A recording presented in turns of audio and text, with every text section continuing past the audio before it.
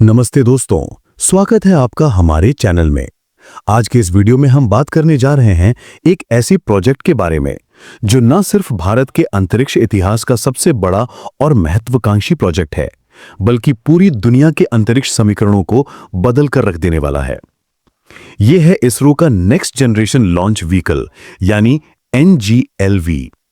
एक ऐसा रॉकेट जो अपनी विशालता में 40 मंजिला इमारत के बराबर होगा और जिसकी ताकत इतनी जबरदस्त होगी कि ये एक बार में 75,000 किलोग्राम यानी 75 टन के उपग्रहों को अंतरिक्ष में पहुंचा सकेगा। एक ऐसा मिशन जो इसरो को स्पेस सुपर पावर की उस लीग में ला खड़ा करेगा जहां आज सिर्फ अमेरिका, रूस और चीन का ही दबदबा है। क्या है ये NGLV, क्यों है ये इतना जरूरी और कैसे ये चीन और अमेरिका जैसे देशों की नींद उड़ा देगा, यही सब जानने के लिए बने रहिए हमारे साथ आखिर तक। भारत दुनिया के उन चुनिंदा देशों में शामिल है जो अपनी धरती से उपग्रह लॉन्च करते हैं, चंद्रमा और मंगल पर मिशन भेजते हैं और अपनी तकनीक से दुनिया को अचंभित करते हैं। PSLV यानी पोलर सैटेलाइट लॉन्च व्हीकल और GSLV यानी जियो सिंक्रोनस सैटेलाइट लॉन्च व्हीकल जैसे रॉकेटों ने हमारी क्षमता को साबित किया है। हमने एक बार में 104 उपग्रह लॉन्च करके विश्व रिकॉर्ड बनाया, मंगलयान को पहले ही प्रयास में मंगल तक पहुंचाया और चंद्रयान 3 के साथ चंद्रमा के दक्षिणी ध्रुव पर सॉफ्ट लैंडिंग करने वाले पहले देश बने। ये सब केवल तकनीक का कमाल नहीं, ये मानवीय भावना का कमाल है। लेकिन इसरो केवल यही रुकने वाला नहीं है। हमारा अगला लक्ष्य है मानव अंतरिक्ष उड़ान, भारी पेलोड क्षमता और अंततः ग्रहों के बीच यात्रा। और यहीं पर आता है वो 40 मंजिला रॉकेट का विचार। तो आखिर ये 40 मंजिला रॉकेट है क्या? ये कोई एक विशिष्ट रॉकेट मॉडल नहीं है, बल्कि ये इसरो की एक लंबी अवधि की रणनीति का हिस्सा है।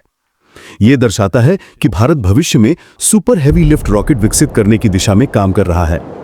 वर्तमान में हमारे पास GSLV Mk3, जिसे अब LVM-3 कहा जाता है जो लगभग 4 टन पेलोड को जियो सिंक्रोनस ट्रांसफर ऑर्बिट यानी GTO में और 8 टन को लो अर्थ ऑर्बिट यानी LEO में ले जा सकता है। ये गगनयान जैसे मानव मिशन के लिए पर्याप्त है। लेकिन जब हम चंद्रमा पर स्थायी बेस बनाने, मंगल पर मानव भेजने या यहां तक कि क्षुद्र ग्रहों यानी एस्टेरॉयड से संसाधन निकालने की बात करते हैं, तो हमें कहीं अधिक शक्तिशाली रॉकेटों की आवश्यकता होती है। यहीं पर 40 मंजिला रॉकेट की अवधारणा आती है। यह अमेरिका के स्पेस लॉन्च सिस्टम यानी SLS या चीन के लॉन्ग मार्च 9 जैसे रॉकेटों के बराबर या उससे भी आगे निकलने की क्षमता वाला एक भविष्य का वाहन होगा। इसकी आवश्यकता क्यों है? पहला कारण, मानव अंतरिक्ष अन्वेषण की महत्वाकांक्षाएं। भारत गगनयान के बाद मानव को चंद्रमा पर भेजना चाहता है। इसके लिए हमें ऐसे रॉकेट चाहिए जो भारी चंद्र लैंडर, आवास मॉड्यूल और बड़ी मात्रा में उपकरणों को ले जा सकें। दूसरा कारण, अंतरिक्ष में स्वायत्तता और सामरिक महत्व। अपनी खुद की भारी भरकम लॉन्च क्षमता होने से हमें किसी भी विदेशी सहायता पर निर्भर नहीं रहना पड़ेगा। यह हमें अपनी शर्तों पर अंतरिक्ष में काम करने की शक्ति देगा। तीसरा कारण, वैज्ञानिक अनुसंधान और गहरे अंतरिक्ष मिशन। शुक्र, बृहस्पति, शनि या उससे भी आगे के ग्रहों पर जटिल वैज्ञानिक मिशन के लिए बड़े और भारी अंतरिक्ष यान की आवश्यकता होती है, जिन्हें लॉन्च करने के लिए ऐसे सुपर हैवी लिफ्ट रॉकेट ही एकमात्र विकल्प है। चौथा कारण, अंतरिक्ष अर्थव्यवस्था और भविष्य के अवसर। भारी उपग्रहों को लॉन्च करने, अंतरिक्ष में बड़े ढांचे बनाने और यहां तक कि अंतरिक्ष पर्यटन के लिए भी ऐसे रॉकेट आधारशिला बनेंगे। ये अरबों डॉलर के अंतरिक्ष उद्योग में भारत की हिस्सेदारी को कई गुना बढ़ा देगा। ये इसी विशालकाय रॉकेट को बनाना कोई बच्चों का खेल नहीं है। इसमें असाधारण तकनीकी चुनौतियां शामिल हैं। आइए उन पर एक नजर डालते हैं और देखते हैं कि इसरो इन चुनौतियों का सामना कैसे कर रहा है। चुनौती 1, इंजन शक्ति और प्रणोदन। एक 40 मंजिला रॉकेट को पृथ्वी के गुरुत्वाकर्षण से बाहर निकालने के लिए अविश्वसनीय शक्ति की आवश्यकता होती है। इसके लिए हमें मौजूदा इंजनों से कहीं अधिक शक्तिशाली इंजन विकसित करने होंगे।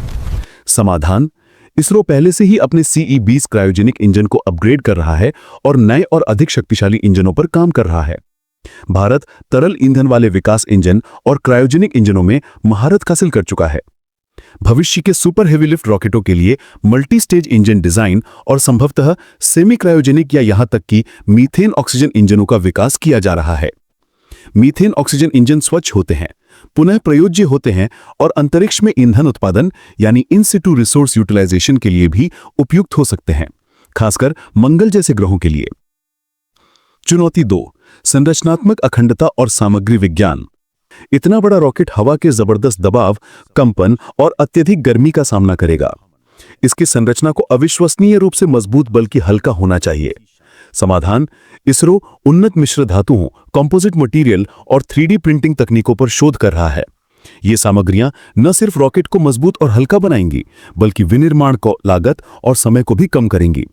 स्वदेशी रूप से विकसित उच्च क्षमता वाले एल्यूमिनियम, लिथियम मिश्र धातु और कार्बन फाइबर कंपोजिट इस दिशा में महत्वपूर्ण कदम हैं। चुनौती 3, लॉन्च इंफ्रास्ट्रक्चर। मौजूदा लॉन्च पैड इतने बड़े रॉकेटों को हैंडल करने के लिए डिजाइन नहीं किए गए हैं। हमें नए और विशाल लॉन्च सुविधाओं की आवश्यकता होगी।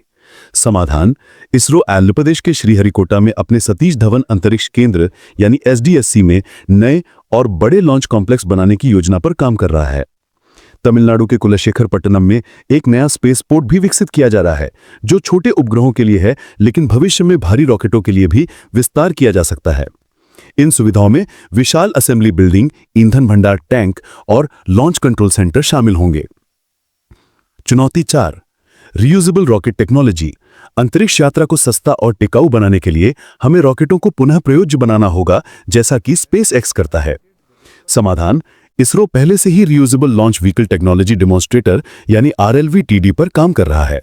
इसके तहत पंखों वाले रॉकेटों को विकसित किया जा रहा है, जो अंतरिक्ष में जाने के बाद हवाई जहाज की तरह वापस लैंड कर सकें। यह एक जटिल तकनीक है जिसमें सटीक नेविगेशन, हीट शील्ड और लैंडिंग गियर शामिल हैं। इस दिशा में सफल तैयारियां की गई हैं और भविष्य के 40 मंजिला रॉकेटों में भी पुनः प्रयोज्य स्तरों को शामिल करने की संभावना है, जिससे लॉन्च की लागत में भारी कमी आएगी। अगर आपको ये वीडियो पसंद आया हो तो इसे लाइक करें, अपने दोस्तों और परिवार के साथ शेयर करें और ऐसे ही ज्ञानवर्धक वीडियो देखने के लिए हमारे चैनल को सब्सक्राइब करना ना भूलें। हम जल्द ही मिलेंगे एक और रोमांचक वीडियो के साथ। जय हिंद।